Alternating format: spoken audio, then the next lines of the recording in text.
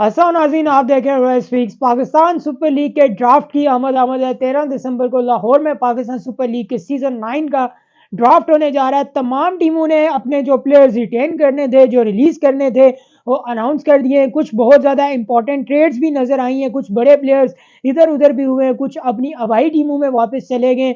आज बात करेंगे कराची किंग्स पर कि कराची किंग्स ने क्या रिटेंशन की और क्या ट्रेड की है कराची किंग्स ने, और कौन से प्लेयर कराची किंग्स ने इस बार रिलीज कर दिए हैं, क्योंकि कराची किंग्स के लिए पिछले 2 सीजन इंतहाई डरावना ख्वाब साबित हुए थे। Let's see Karachi Kings PSL 9 में कैसी टीम बिल्ड करती है, आज करेंगे इसी सब पर बात।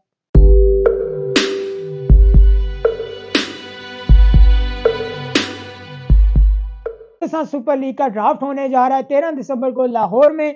तमाम टीमों ने एज अर्लियर आई मेंशन के पाकिस्तान के सुपर लीग के सीजन 9 के लिए अपनी रिटेंशन, अपनी ट्रेड्स सब मंजर यहाँ पे आ चुके हैं। कुछ बड़ी ट्रेड्स भी हुई हैं, लेकिन आज हम बात करेंगे कराची किंग्स के हवाले से। क्या कराची किंग्स ने अपनी क्या डायमेंशन सेलेक्ट की है, जो उन्होंने 8 प्लेयर रिटेन किए हैं अपने, एंड देन उसके बाद जो उन्होंने ट्रेड्स किए और जो उन्होंने कुछ बड़े प्लेयर्स को रिलीज भी कर डाला है।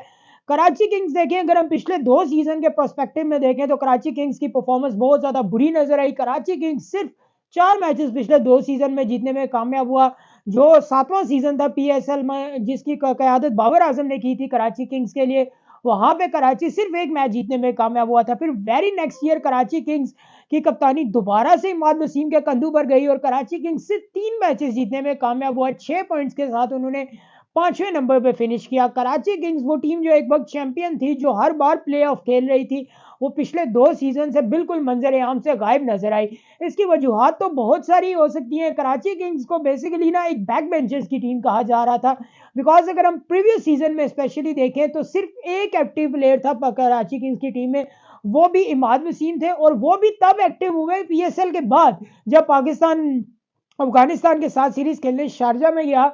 वहां 3 मैचेस की सीरीज के लिए इमाद वसीम को सिलेक्ट किया गया था। तो बिल्कुल एक बैक बेंचेस की टीम थी। उसके अलावा बहुत सारी इंजरीज का शिकार नजर आए। प्लेयर्स जो सेलेक्ट किए गए वो उतना परफॉर्म नहीं कर पाए, और जो प्लेयर्स कराची किंग्स का बेसिकली प्रोडक्ट होते थे, कराची किंग्स ने उन्हें वक्तन फवक्तन रिलीज कर दिया। आप स्टार्ट से देखना शुरू कर दें, आपको कई एग्जांपल नजर आएंगी। मोहम्मद रिजवान इसकी एक बहुत बड़ी एग्जांपल है। वो इनिशियली कराची किंग्स में होते थे, कराची किंग्स ने उन्हें मौका नहीं दिया, एंड देन वो ट्रेड हो गए मुल्तान सुल्तान की तरफ, और लेट्स सी आज उन्होंने मुल्तान सुल्तान को कितनी कामयाबियों से हमकिनार कराया। देन आप मजीद एग्जांपल्स ले लें, उसामा मीर की एग्जांपल नजर आती है। उसामा मीर यहाँ से कराची किंग्स में थे, कराची किंग्स उन्हें रिटेन भी करता रहा लेकिन उन्हें खिलाता नहीं रहा, एंड देन वो ट्रेड हुए जब वो गए मुल्तान सुल्तान, वहां देखे उनकी परफॉर्मेंस। अब्बास आफरीदी की एग्जांपल नजर आती है। अब्बास आफरीदी सबसे पहले पीएसएल में कराची किंग्स के लिए खेले थे, लेकिन यहाँ से वो ट्रेड होके गए मुल्तान सुल्तान में, वहां वो लीडिंग विकेट टेकर बन गए टूर्नामेंट के। इसके अलावा भी आपको एग्जांपल्स नजर आएंगी। इफ्तिखार अहमद कराची किंग्स में इनिशियली खेला करते थे, लेकिन जब वो ट्रेड हुए वो फिर क्वेटा गए, अब वो मुल्तान सुल्तान पहुंच चुके हैं। तो काफी ज्यादा क्वेटा की तरफ से, कराची किंग्स की तरफ से स्पेशली ये मिस मैनेजमेंट नजर आई कि जो उनके प्लेयर्स होते थे वो उन्हें मौका नहीं दे रहे, और वो फिर जब दूसरी टीमों में जाते थे तो वो बहुत ज्यादा परफॉर्म करते थे। लाइक मार्टिन गप्टिल की एक एग्जांपल बहुत अच्छी है। लास्ट ईयर मार्टिन गप्टिल ने आई थिंक कराची के खिलाफ 100 भी किए थे। तो ऑब्वियसली कराची किंग्स को देखें, लीग क्रिकेट एक ऐसी गेम है जिसमें बहुत ज्यादा क्रिकेट अब ड्राफ्टिंग टेबल पे भी खेली जाती है कि आया आप अपनी टीम किस किस्म की सेलेक्ट करते हैं। आप कुछ सिलेक्शंस ऐसी कर रहे हैं जो शायद जस्टिफाई नहीं कर रही, और कुछ आपके प्लेयर ऑन ग्राउंड क्लिक नहीं कर रहे, आपका कॉम्बिनेशन नहीं बन रहा, बहुत ज्यादा गुड्डा मुड्डी वाला खेल बन गया, और कुछ किस्मत भी साथ नहीं दे रही, शायद इंजरीज का मसला आ रहा है। लास्ट ईयर भी अगर हम देखें तो काफी ज्यादा मीर हमजा एंड देन मोहम्मद आमिर की इंजरी ने ट्रबल क्रिएट की कराची किंग्स के लिए। देन उसके बाद कराची किंग्स कुछ मैचेस करीब भी आया, शायद वो मैचेस कराची किंग्स जीत भी सकता था, लेकिन वो फिनिशिंग लाइन के करीब जरूर पहुंचते थे, बट वो उस फिनिशिंग लाइन को क्रॉस नहीं कर पाते थे। देखें इस बार अब कराची किंग्स ने, अगर हम जाके उनकी जो पहले रिटेंशन हैं उनको देखना शुरू करें, तो कराची किंग्स ने प्लाटीनियम में इस बार कोई रिटेंशन नहीं की। प्लाटीनियम के उन्होंने सारे प्लेयर्स अपने रिलीज कर दिए। दैट्स मीन कराची किंग्स अब 3 पिक्स करेगा प्लाटीनियम कैटेगरी में। तो ये बहुत इंटरेस्टिंग होगा। इस टाइम ड्राफ्ट में काफी अच्छे अच्छे प्लेयर्स भी मौजूद हैं। तो लेट्स सी कराची किंग्स किन प्लेयर्स की तरफ जाता है, क्योंकि कराची किंग्स का जो ओवरऑल ग्राफ तो हम रिटेंशन का बाद में चेक करेंगे, लेकिन डायमंड कैटेगरी में जो उन्होंने रिटेंशन किया वो जेम्स विंस हैं। जेम्स विंस लास्ट ईयर भी कराची के साथ थे। शुरू के हिस्से में वो खेले कुछ, लेकिन फिर बांग्लादेश के साथ इंग्लैंड की सीरीज थी तो वो सीरीज खेलने के लिए बांग्लादेश चले गए, फिर वापस आगे भी ज्वाइन किया। परफॉर्मेंस की ज़रूर, लेकिन जहाँ बाकियों से बेहतर थी कि जहाँ कोई और नहीं परफॉर्म कर रहा था, तो कुछ ना कुछ जेम्स विंस की परफॉर्मेंस नज़र आ रही थी। देन जो कराची किंग्स ने एक बहुत बड़ी ट्रेड की है, वो अपने कप्तान इमाद वसीम को ट्रेड कर डाला है इस्लामाबाद यूनाइटेड के साथ, और वहाँ से हसन अली आ चुके हैं कराची किंग्स में। हसन अली की ये तीसरी फ्रेंचाइज होगी पीएसएल में। हसन अली ने स्टार्ट किया था पेशावर ज़ालमी से, फिर वो इस्लामाबाद यूनाइटेड में गए, और इस्लामाबाद यूनाइटेड से अब वो कराची किंग्स में पहुंच चुके हैं। देखें, इमाद वसीम ने कराची किंग्स के साथ एक बहुत तवील सफर गुजारा, 8 साल तकरीबन उन्होंने, 8 साल ऑलमोस्ट उन्होंने गुजारे कराची किंग्स के साथ। एज ए कैप्टन है काफ़ी अरसा उन्होंने कराची को सर्व किया। कराची ने उनकी खिदमात काफ़ी अर्सा ली, लेकिन आखिर में अब उनकी कोई सेटलमेंट बन नहीं रही थी, परफॉर्मेंस भी शायद इतनी नज़र नहीं आ रही थी। इमाद वसीम की पर्सनल परफॉर्मेंस बहुत ज़्यादा थी, लास्ट ईयर भी उन्होंने 400 से प्लस रन शायद स्कोर किए थे, एंड देन स्ट्राइक रेट उनका बड़ा ब्रिलियंट था, एंड देन उसके बाद कई मैचेस में वो सिंगल हैंडेडली खेलते हुए नज़र आ रहे थे, लेकिन वो कोई बैकिंग सपोर्ट नहीं नज़र आ रही थी। इसलिए इमाद वसीम ने इस बार बेहतर ही जाना कि शायद उन्हें इस्लामाबाद यूनाइटेड के साथ ट्रेड कर दिया जाए, और इस्लामाबाद यूनाइटेड उनका होम ग्राउंड होगा, होम टीम होगी, तो इमाद वसीम पहली बार इस्लामाबाद यूनाइटेड के लिए खेलने जा रहे हैं, और हसन अली अब थर्ड फ्रेंचाइज एंजॉय करेंगे कराची किंग्स में। देन कराची किंग्स के जो न्यू कैप्टन होंगे, वो भी आए हैं जी ट्रेड होकर। वो आए हैं जी मुल्तान सुल्तान से। शान मसूद, जो पाकिस्तान क्रिकेट टीम के नौज़ादा टेस्ट क्रिकेट कप्तान हैं, जिन्हें रिसेंटली पाकिस्तान टीम का टेस्ट टीम का कप्तान मुकर्रर किया गया, और अब पाकिस्तान टीम ऑस्ट्रेलिया मौजूद है, वहाँ पे first time Shan Masood Pakistan team की टेस्ट क्रिकेट में कप्तानी करेंगे। शान मसूद को ट्रेड किया गया in place of Faisal Akram. In prospective of Karachi Kings ये ट्रेड बहुत अच्छी है। लाइक फैसल अकरम के बदले अगर शान मसूद मिल रहा है तो काफ़ी फ़ायदे का सौदा है, लेकिन मुल्तान सुल्तान के लिए मेरा ख्याल है प्रॉब्लम, नो डाउट फैसल अकरम अच्छे प्लेयर है, यंग प्लेयर हैं, बाबर आजम को भी उन्होंने आउट किया था एक बार, लेकिन ये कोई क्राइटेरिया नहीं है कि उन्होंने बाबर आजम को आउट किया था तो वो अच्छे ही परफॉर्म करेंगे। होप्स सुल्तान के लिए वो क्लिक कर जाएं, वहाँ जाके बड़े प्लेयर्स की परफॉर्मेंस नज़र आई है, बट ऑन पेपर अगर हम देखें तो शान मसूद का ग्राफ तो ऑब्वियसली बड़ा नज़र आ रहा है, और शान मसूद अब कराची किंग्स के कप्तान भी होंगे, और ये गोल्ड कैटेगरी में रिटेंशन होगी, ठीक है। जेम्स विंस और हसन अली की जो रिटेंशन थी वो डायमंड कैटेगरी की थी। तबरेज शमसी इनके होंगे नेक्स्ट प्लेयर गोल्ड कैटेगरी में। तबरेज शमसी लास्ट ईयर भी कराची के साथ थे, इन्हें इनिशियल मैचेस में मौका नहीं दिया गया था, इमरान ताहिर को इनकी जगह मौका दिया गया, बट जब इनका कम बैक हुआ था, पहला मैच इन्होंने खेला था आई थिंक मुल्तान सुल्तान के अगेंस्ट, और वहाँ 3 या 4 आउट किए थे, और कराची वो पहला मैच जीता था अपने सीजन का। तो तबरेज शमसी एक अच्छे बॉलर हैं, टी20 में ऑब्वियसली इनकी डिमांड भी ज़्यादा है, तो इस बार कराची को शायद इनको ज़्यादा से ज़्यादा अपॉर्चुनिटी भी देनी पड़ेगी, क्योंकि प्लेयर्स आप सेलेक्ट कर लें और अगर आप उन्हें अपॉर्चुनिटी ना दें तो डेट्स नॉट जस्टिफाइबल, ठीक है। नेक्स्ट जो गोल्ड रिटेंशन है कराची किंग्स की, वो बहुत एक्सपीरियंस रिटेंशन है शुएब मलिक की। शुएब मलिक को इस बार ट्रेड करने की भी कोशिश की जा रही थी, लेकिन वो ट्रेड सक्सेसफुल नहीं हो सकी, और अब शुएब मलिक को रिटेन किया है गोल्ड कैटेगरी में। शुएब मलिक लास्ट ईयर पेशावर ज़ल्मी से ट्रेड होके आए थे in place of Babar Azam, Haider Ali, और इन दोनों को ट्रेड किया गया था। बाबर आजम की जगह 2 के बदले 1 दिया था कराची किंग्स ने। तो शुएब मलिक देखें ऑब्वियसली असरे हाजिर में 90 की दहाई के आखिरी प्लेयर है। 99 में उन्होंने वेस्ट इंडीज़ के खिलाफ शारजा के मैदान पर अपना डेब्यू किया, और अब देखें 2024 में वो पीएसएल खेलेंगे, 24 ये और 2 वो, 26 साल से तकरीबन एक प्लेयर खेल रहा है। फिटनेस उसका लेवल देखें, और रिसेंटली उन्होंने डोमेस्टिक क्रिकेट में जो नेशनल टी20 हो रहा है वहाँ भी खेला, और कुछ 50 भी उन्होंने किए हैं, परफॉर्मेंस उनकी अच्छी रही है, और रिसेंटली उन्होंने एक और रिकॉर्ड अपने नाम किया, 1000 चौके बना लिए उन्होंने टी20 क्रिकेट में। तो ये एक इंटरेस्टिंग फैक्ट मैं आपसे शेयर करता चलूँ। लेकिन देखें लास्ट ईयर के प्रोस्पेक्टिव में अगर हम शुएब मलिक की परफॉर्मेंस देखें तो वो बिल्कुल बहुत बुरी रही। आई थिंक 150 करने में वो कामयाब हुए थे। शुएब मलिक जिस कैलिबर के प्लेयर हैं, जिस तरह उन पे रिलाई किया जाता है, और अब वो उनका ये गोल भी है कि वो पाकिस्तान के लिए टी20 वर्ल्ड कप खेलना चाहते हैं, तो टी20 वर्ल्ड कप से पहले पीएसएल एक बहुत गोल्डन अपॉर्चुनिटी होगी शुएब मलिक के पास। एक वो बहुत अच्छा परफॉर्म करें और अपने आप को, अपनी पोजीशन को, अपनी इंटेंट को वर्ल्ड कप के लिए शो करवाएं। लेट्स सी कराची किंग्स के लिए इस बार वो कैसा परफॉर्म करते हैं। सिल्वर कैटेगरी में कराची किंग्स ने 2 रिटेंशन की हैं। मीर हमजा है। मीर हमजा एक इंपॉर्टेंट और इंटरेस्टिंग रिटेंशन इस वजह से है कि because Mir Hamza last year का सीजन नहीं खेल पाए थे। आई थिंक पहले 1-2 मैचेस खेले थे और फिर वो इंजर्ड हो गए थे, डेट्स उन्हें टीम से ड्रॉप कर दिया गया था। फिर उसकी वजह से मीर हमजा की जगह मोहम्मद उमर कुछ अर्सा कराची किंग्स के लिए खेलते रहे, लेकिन मीर हमजा को इस बार रिटेन किया गया, और कराची हर सूरत चाहेगा कि मीर हमजा उनके लिए ज़्यादा से ज़्यादा खेलें, क्योंकि अगर मीर हमजा ज़्यादा से ज़्यादा खेलेंगे तो उन्हें बॉलिंग में सर्टेनिटी मिलेगी। एक अच्छा बॉलर है, एक मीडियम पेसर, एक अच्छा सीम एंड स्विंग वाला बॉलर है, तो कराची किंग्स के लिए इंपॉर्टेंट चॉइस हो सकते हैं। देन मोहम्मद इलाक, इनको सिल्वर कैटेगरी में रिटेन किया गया। देखें, मोहम्मद इलाक एक प्लेयर तो बहुत अच्छे हैं, ये पहले इस्लामाबाद यूनाइटेड के लिए खेला करते थे, लेकिन लास्ट ईयर इनके साथ कराची वालों ने बहुत ज़्यादा नाइंसाफ़ी की। आखिरी मैच इनको जाके खिलाया गया और आखिरी मैच में उन्होंने 50 की, मैन ऑफ द मैच लिया और आई थिंक कराची को मैच जितवाया भी। तो अगर आपका एक प्लेयर इतना परफॉर्मिंग प्लेयर है, और पाकिस्तान के सर्किट में अगर हम देखें तो T20 वाइज एक बड़े मोहम्मद इलाक अच्छे हिटर हैं, लेकिन उस तरह उनको मौका नहीं दिया गया कराची किंग्स की तरफ से। इमर्जिंग प्लेयर्स और सिल्वर कैटेगरी के प्लेयर्स लास्ट ईयर बहुत ज़्यादा साइडलाइन नजर आए। आगे चल के हम कासिम अकरम की बात करेंगे, लेकिन मोहम्मद इलाक के लिए लास्ट सीजन अच्छा, जितना उन्होंने खेला अच्छा ही था, लेकिन कराची किंग्स की तरफ से उन्हें वेल जस्टिफाइबल ट्रीटमेंट नहीं दिया गया था। देन इमर्जिंग में जो रिटेंशन की गई है वो इरफान खान न्याजी की है। Irfan Khan Niazi last year first time select हुए थे कराची किंग्स में। देखें, बल्लेबाजी से तो उनकी परफॉर्मेंस शायद उतनी अप टू द मार्क नजर नहीं आई, लेकिन उनकी फील्डिंग बहुत अच्छी थी।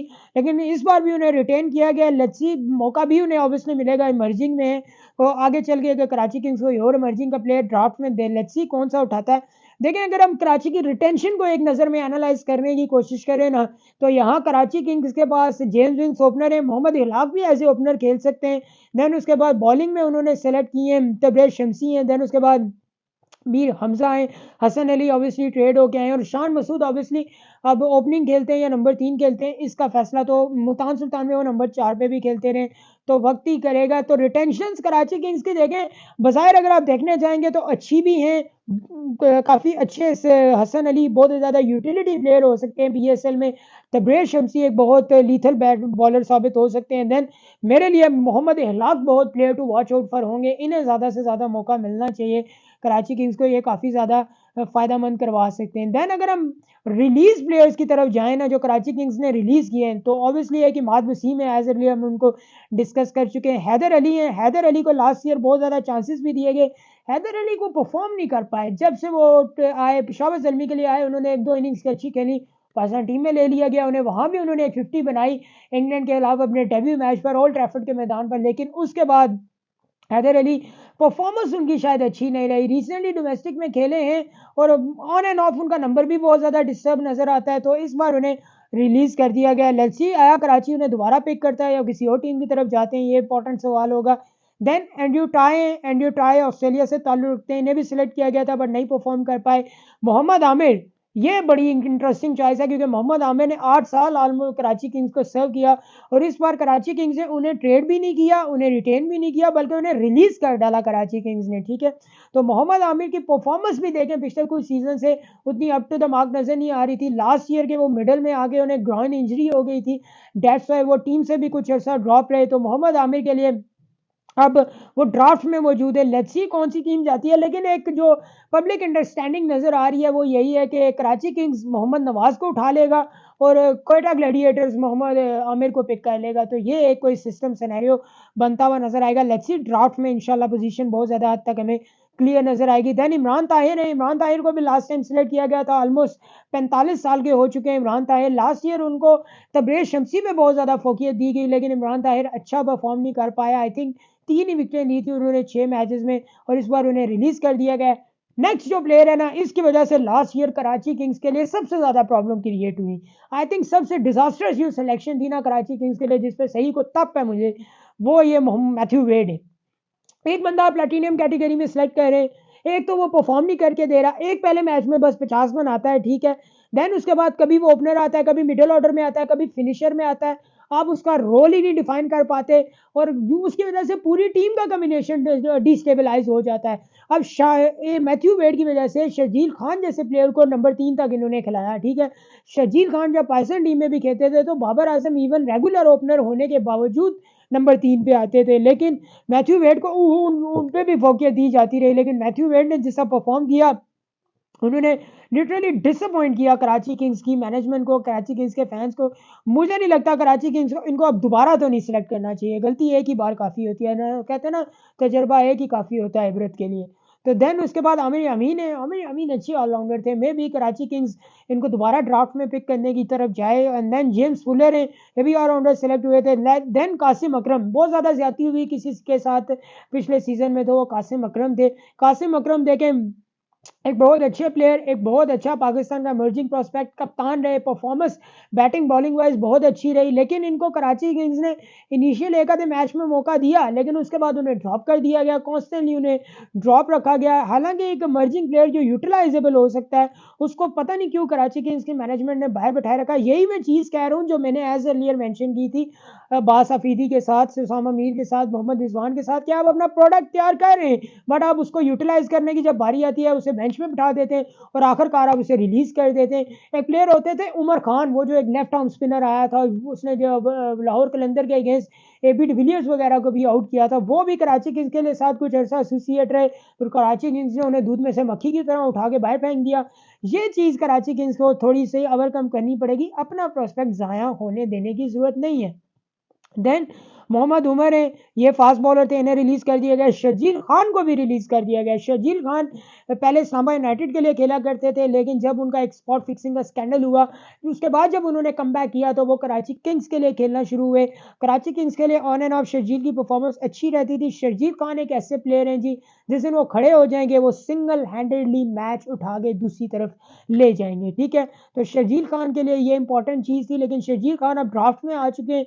क्या कराची किंग्स उन्हें दोबारा से उठाएगा? क्योंकि कराची किंग्स की अगर हम रिटेंशन व ओपनिंग वाइज जाके देखें तो Karachi Kings still have 3 to 4 openers. Irfan Khan Niazi को भी वो ओपनिंग ट्राई कर सकते हैं, क्लार्क को भी ओपनिंग ट्राई कर सकते हैं, शान तो हाई ओपनर है, देन उसके बाद जेम्स विंस भी एज ए ओपनर है। तो क्या कराची किंग्स के इस कम्बिनेशन में वो क्या एक और खब्बा सेलेक्ट करने की कोशिश करेंगे? ये बहुत एक सवाल होगा, या शर्जील खान किसी और टीम में इस बार हमें एक्शन में नजर आएंगे। देन तैयब ताहिर है, तैयब ताहिर को हैरान कुन तौर पर जी कराची किंग्स ने रिलीज कर दिया। हालांकि तैयब ताहिर एक बड़े परफॉर्मिंग बल्लेबाज थे, उन्होंने लास्ट ईयर कराची के लिए भी बहुत अच्छा परफॉर्म किया। अपने डेब्यू मैच पर उन्होंने मैन ऑफ द मैच भी लिया था। इमर्जिंग टूर्नामेंट में भी पाकिस्तान के लिए इंडिया के खिलाफ फाइनल में उन्होंने सेंचुरी बनाई, लेकिन तैयब ताहिर को ड्रॉप कर दिया गया। ये बड़ी हैरान कुन चीज़ थी। देन उसके बाद बैन कटिंग, ये रिप्लेसमेंट ड्राफ्ट से आए थे, तो बैन कटिंग भी इस बार रिलीज कर दिए कराची किंग्स ने। और लास्ट पे जी मूसा खान को भी कराची किंग्स ने रिलीज कर दिया। देखिए कराची किंग्स के पास अभी काफ़ी रिटेंशन में अगर हम जाके उनकी देखें तो स्ट्रेंथ काफ़ी है। अब उन्होंने 3 प्लैटिनियम प्लेयर्स सेलेक्ट करने, ये बहुत इंपॉर्टेंट होगी कि वो प्लैटिनियम वाले प्लेयर्स कौन से। कोई अगर लगड़ बगड़ पिछली बार की तरह, सॉरी टू से सख्त लफ्ज़ यूज़ कर रहा हूँ, पिछली बार की तरह उन्होंने चूज़ कर लिए तो बहुत ज़्यादा उनके लिए प्रॉब्लम भी हो सकती है। देन उसके बाद रिलीज प्लेयर्स में से मेरा ख्याल नहीं है कि कराची किंग्स दोबारा उठाए। शायद तैयब ताहिर एक ऐसे प्लेयर हैं जिनको कोशिश करे कराची किंग्स के एक बार फिर वो अपनी टीम का हिस्सा बना लें। तो लेट्स सी ऊँट किस करवट बैठता है। इंशाल्लाह बहुत जल्द आपसे दोबारा मुलाकात होगी, तब तक के लिए अल्लाह ने दुआ में याद रखिएगा। पाकिस्तान जिंदाबाद, कश्मीर जिंदाबाद।